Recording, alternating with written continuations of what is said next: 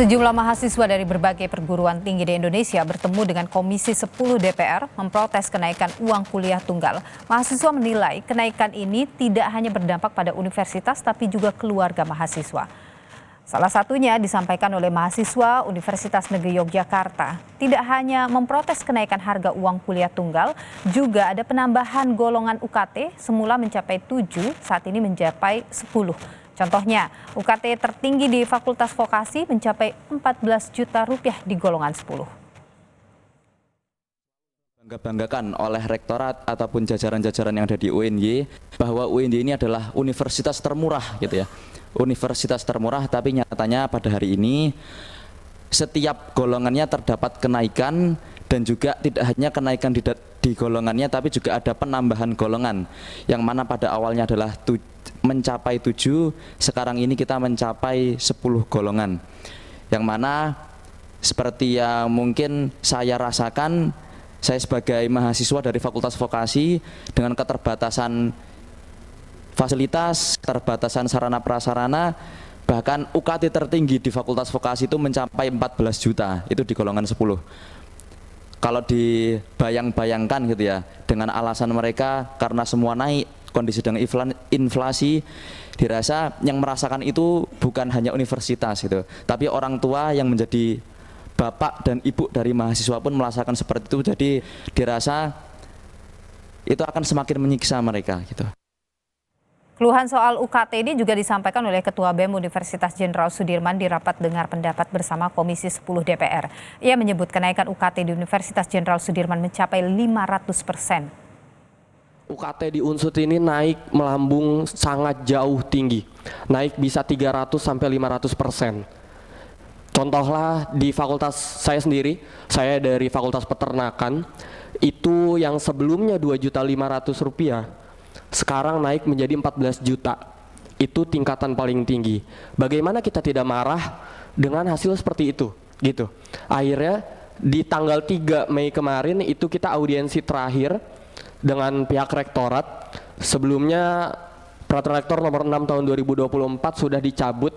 Ini adalah peraturan yang mengatur tentang UKT ini, dicabut diganti dengan peraturan rektor nomor 9 tahun 2024. Tetapi digantinya pun menurut kami itu masih belum menjawab segala tuntutan kami. Contohlah balik lagi di fakultas saya, itu hanya turun untuk golongan terbesarnya. Untuk golongan terbesarnya hanya turun 81.000. Itu benar-benar menjadi keresahan kami. Sementara itu, mahasiswa Universitas Riau juga mengeluhkan tingginya uang kuliah tunggal. Mereka menilai kenaikan UKT tidak logis. Contohnya, mahasiswa dengan penghasilan orang tua sebesar 2 juta rupiah tetap harus membayar UKT golongan 8 sebesar 8.700.000 rupiah. Hari ini sudah tidak logis lagi, kami yang mungkin secara letak geografis cukup jauh dari ibu kota merasakan UKT itu sangat tinggi sekali Bapak gitu. Tentuan UKT tersendiri itu tidak fleksibel dan tidak mencerminkan keterbukaan. Bahkan teman-teman yang mungkin calon mahasiswa baru secara ekonomi keluarganya yang cuman 2 juta per bulan itu dikenakan UKT 8 Bapak Ibu. UKT 8 di Undri itu angkanya 8.700.000. Jadi secara hitung-hitung saja perlu 4 bulan gaji orang tuanya baru bisa membayar UKT. 50-an mahasiswa melaporkan untuk tidak lanjut sebagai mahasiswa baru.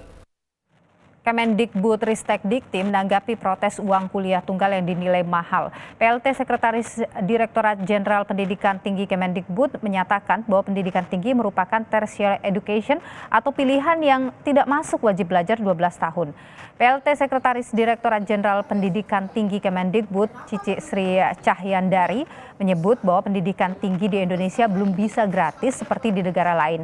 Alasannya karena bantuan operasional perguruan tinggi negeri BOPTN belum bisa menutupi semua kebutuhan operasional. Cici juga menyatakan pendidikan tinggi tidak masuk wajib belajar 12 tahun dan merupakan pendidikan tersier atau pilihan.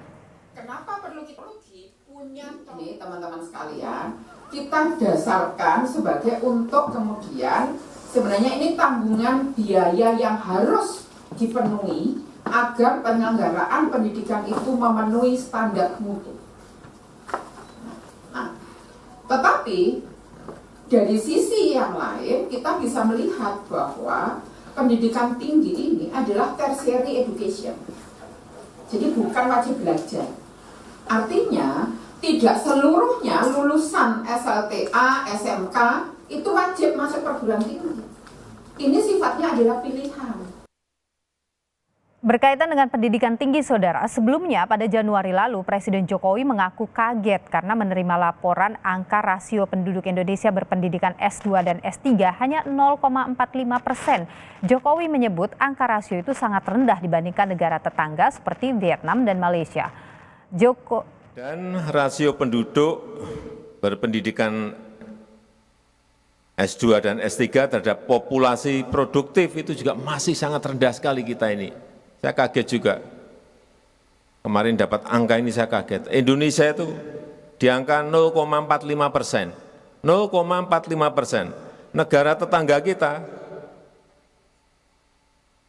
Vietnam, Malaysia, sudah di angka 2,43%. Negara maju 9,8%.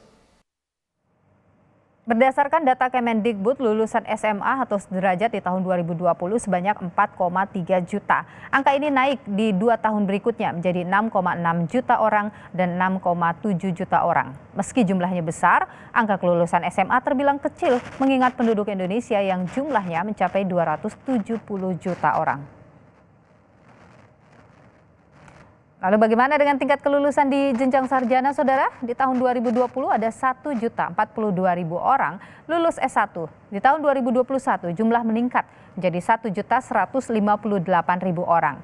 Sementara di tahun 2022 yang lulus sarjana sebanyak 1.282.000 orang.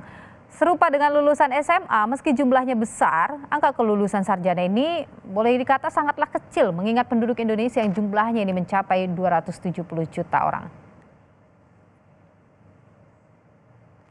Sebelumnya dari Kemendikbud sempat menjelaskan bahwa uang kuliah tunggal ini dibayarkan setiap semester atau setiap 5-6 bulan.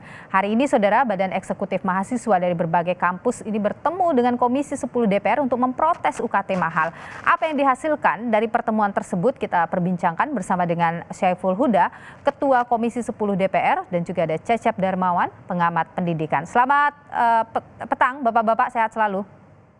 Selamat petang, Mbak Nilo, sehat selalu. Saya ingin ke Pak Saiful dulu. Pak Saiful, setelah tadi pertemuan dengan mahasiswa, mendengar keluhan langsung yang disampaikan oleh para BEM ini, Ketua BEM ini, apa langkah lanjutan dari DPR? Ya, sebenarnya gayung bersambut. Sebelumnya kami sudah merespon keras sebenarnya menyangkut soal kenaikan UKT mendadak. Betul-betul mendadak. Kami pun di Komisi 10 cukup kaget sekali dengan ada skema baru kenaikan UKT. Nah, tadi sebenarnya kulminasi dari aspirasi yang disampaikan oleh para mahasiswa hampir sebulan setengah terakhir. Kami tadi sampaikan salah satu respon yang kami ingin cepat direspon oleh pemerintah. Kita minta pemerintah, terutama Kemendikbud, untuk mencabut Permen nomor 2 tahun 2024. Karena di situ mengatur terkait dengan standar UKT atau standar satuan pembiayaan. Disitulah lalu menjadi rujukan dari para rektorat, para pihak kampus yang lalu mentafsirkan bahwa diperbolehkan untuk melakukan penaikan UKT. Itu yang pertama. Yang kedua, kebetulan 2 hari sebelumnya, karena kebetulan kami baru masuk masa sidang kelima ini, kami merespon terkait dengan dinamika pembiayaan pendidikan kita yang terus naik ini. Kami sudah membentuk panja pembiayaan pendidikan. Jadi panja ini akan bekerja selama 2 bulan ini untuk memastikan pemerintah harus punya standar baku yang lalu tidak bisa diotak-atik di tengah jalan bagi kampus manapun, termasuk bagi sekolah manapun. Indeks biaya pendidikan kita ini penting untuk ditetapkan oleh pemerintah supaya volume APBN kita betul-betul diafirmasi untuk pendidikan.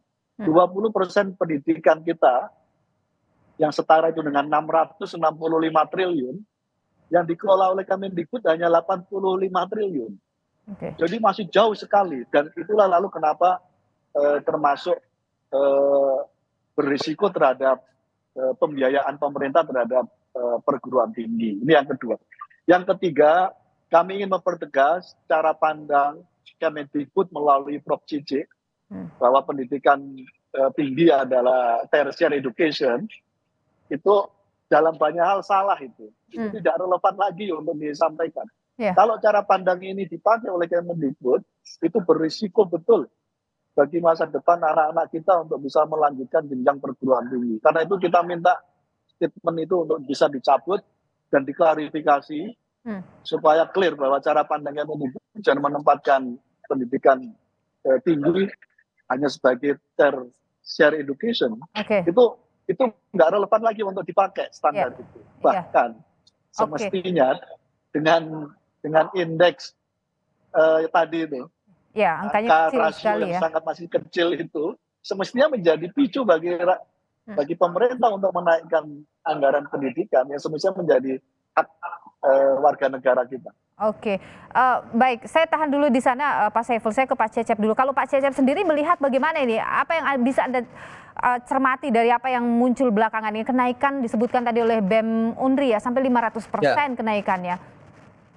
Ya, ini menurut saya pemerintah harus cepat turun tangan ya. Karena nampaknya Kang Saiful nih, ya kampus-kampus makin mahal. Padahal Presiden kan sudah mengingatkan tuh, betapa ya lulusan kita itu dibanding dengan negara lain, khususnya di S1, S2, S3 masih tertinggal. Dan data dari kita juga kan yang melanjutkan dari SLTA ke perguruan tinggi itu hanya 31%.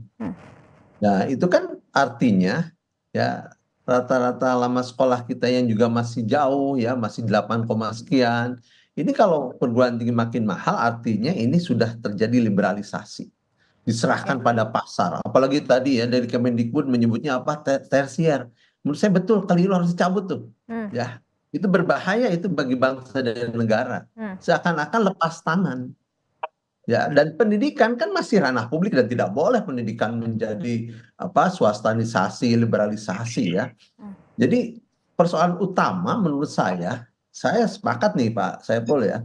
Persoalan utama itu tadi yang disebut berapa? 85 triliun ya untuk pendidikan tinggi, itu terlalu kecil. Oke. Dan nomenklatur 20% pendidikan nih persoalannya di sini.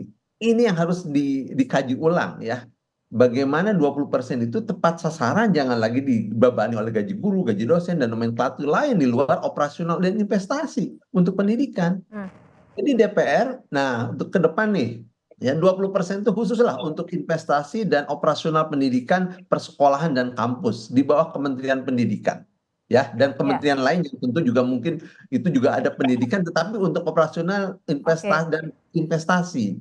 Yang keduanya, kampus juga harus dievaluasi. Sebenarnya kami ya, saya yakin lah pimpinan perguruan tinggi juga nggak mau UKT itu mahal-mahal. Ya, tetapi karena bantuan dari pemerintahnya tadi ya sedikit, tidak cukup. Yang mestinya juga sebetulnya kampus harus kreatif. Jadi awalnya dari situ dulu, soal anggaran yang tidak proporsional untuk pendidikan ini, begitu Pak Cecep Anda menilai? Maka ada melonjak ya, ini. Betul, tidak proporsional dan tidak berkeadilan. Bayangkan, ya 85 triliun jadi apa untuk perguruan tinggi kita? Kalau kita hitung semua negeri swasta kan ada 4.500-nya. Betul ya Pak Saiful? Kurang lebih segitu. Oke. Apa? 85 triliun gitu. Pak Saiful, jadi ini kalau tadi Anda menyatakan bahwa ada beberapa catatan yang akan disampaikan pemerintah, kapan ini kemudian Kemendikbud akan dipanggil untuk kemudian segera merevisi misalnya atau membicarakan lebih detail soal anggaran pendidikan ini? Panja pembiayaan pendidikan sudah kita bentuk dan mulai minggu depan kita akan memanggil pihak Kemendikbud. Karena kita ingin semua hasil rekomendasi panja yang rencana hanya 2 bulan ini, biasanya agak panjang panja, tapi ini kita perpendek, supaya semua asumsi RAPBN tahun 2025 sudah menggunakan cara baru dan menggunakan alokasi baru. Kalau tidak, pasti akan tidak ada penyelesaian. Karena itu kita menuntut, sebenarnya isu soal 20% udah lama terus kita suarakan. Iya. Tapi sekali lagi belum menemukan momentumnya. Tadi saya sampaikan 85 triliun itu keseluruhan Prof. Cecep. Yang untuk perguruan tinggi hanya 35 triliun. Oke. Nah, Kita apalagi bisa itu kan. bayangkan. Ini Nah, kalau karena DPR mendorongnya mau gimana nih? Kan sekarang anggaran untuk pendidikan itu di angka 20%. Kalau DPR mau mendorong menaikkan jumlahnya lebih dari 20% atau pembagiannya yang lebih proporsional ke pendidikan tinggi atau gimana, Pak Syaiful? Lebih kepada porsi yang harus dikelola oleh Kemendikbud harus diperbesar. Oke. Berarti menambah 20% lebih dari anggaran. 20% anggaran pendidikan gitu? Nggak usah. 20% itu tadi saya sampaikan setara dengan 665 Ya. triliun. Yang dikelola oleh Kemendikbud hanya 85 triliun. Oke. Kita ingin tahun depan dari 665 triliun, 20% mandatory spending untuk pendidikan itu, paling tidak dikelola oleh Kemendikbud 250 triliun deh. Kalau itu terjadi, biaya operasional yang bisa diberikan pemerintah kepada kampus-kampus kita bisa sesuai dengan kebutuhan. Karena tidak akan ada lagi judul mahasiswa protes gara-gara UKT dinaikkan dan bahkan mendadak seperti tahun ini. Atau tidak bisa lanjut kuliah karena masalah UKT yang begitu tinggi. Itu kan yang jadi ini. Tapi itu hal yang possible tidak sih Pak Syaiful? Mungkin tidak itu kemudian bisa dialokasikan untuk anggaran 2025? Sangat mungkin. Kalau ada komitmen bersama bahwa soal pendidikan adalah prioritas dan tulang punggung masa depan kita, sangat mungkin. Karena kami kan pada posisi tidak sepenuhnya itu. Dari 665 triliun, kami harus merekomendasikan tolong coba ditambahkan deh ke Kemendikbud tidak 85 triliun, tapi 200 triliun misalnya. Itu aja sudah bisa menyelesaikan beberapa isu pokok pendidikan kita. Termasuk urusan UKT yang hari ini menjadi persoalan. Oke, Pak Cecep, kita kan bicara 2045 Indonesia emas. Tentu kita membutuhkan orang-orang yang atau anak-anak yang punya pendidikan yang bagus, edukasi yang bagus untuk menciptakan Indonesia yang lebih hebat begitu. Tapi di tengah situasi ini kan jadi pertanyaan, mungkin tidak sih kita bisa menciptakan Indonesia emas itu, meraih Indonesia emas itu. Anda melihat apa yang bisa step by step yang bisa dilakukan oleh pemerintah mulai dari sekarang? Ya, saya kira ini momentum baik ya di 2025. Karena di 2024 ini harus segera menyusun untuk 2025 RPJP, termasuk bidang pendidikan. Catatan saya, di RPJP kemarin tidak ada bidang pendidikan, tapi bidang SDM. Saya berharap Pak Syaiful ya, dengan kawan-kawan, pendidikan munculkan. Masa bidang lain ada secara khusus, ya, tapi pendidikan kenapa dibungkusnya oleh pengembangan sumber daya manusia? Satu saja bidang pendidikannya dikeluarkan di situ. Yang kedua, fokus bagaimana Indonesia emas, ya, roadmap-nya per 5 tahun di RPJM-nya nanti. Sehingga termasuk anggaran pendidikan, saya mendukung betul 20% itu harus untuk operasional investasi saja.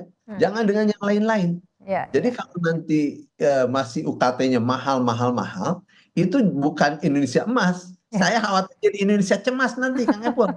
Kalau begitu. Jadi supaya Indonesia-nya tidak cemas dan jadi Indonesia emas, ya anggaran pendidikan tolong 20% untuk investasi dan operasional pendidikan. Itu yang paling penting dimulai ya. Dan orang-orang yang dari kelompok marginal ya dibantu betul dapat beasiswa. Kalau itu dilakukan, insya Allah Indonesia emas. Baik, kita tentu menantikan ini. Kami juga sudah mencoba sebenarnya untuk menghubungi dari pihak Kemendikbud, namun sampai dengan kita menayangkan saat ini pihak dari Kemendikbud belum bisa dan belum berkenan untuk bisa kita wawancara di Sapa Indonesia Malam. Terima kasih Ketua Komisi 10 DPR, Bung Syaiful Huda, dan terima kasih juga Pak Cecep Darmawan, pengamat pendidikan sudah berbagi pandangan bersama kami.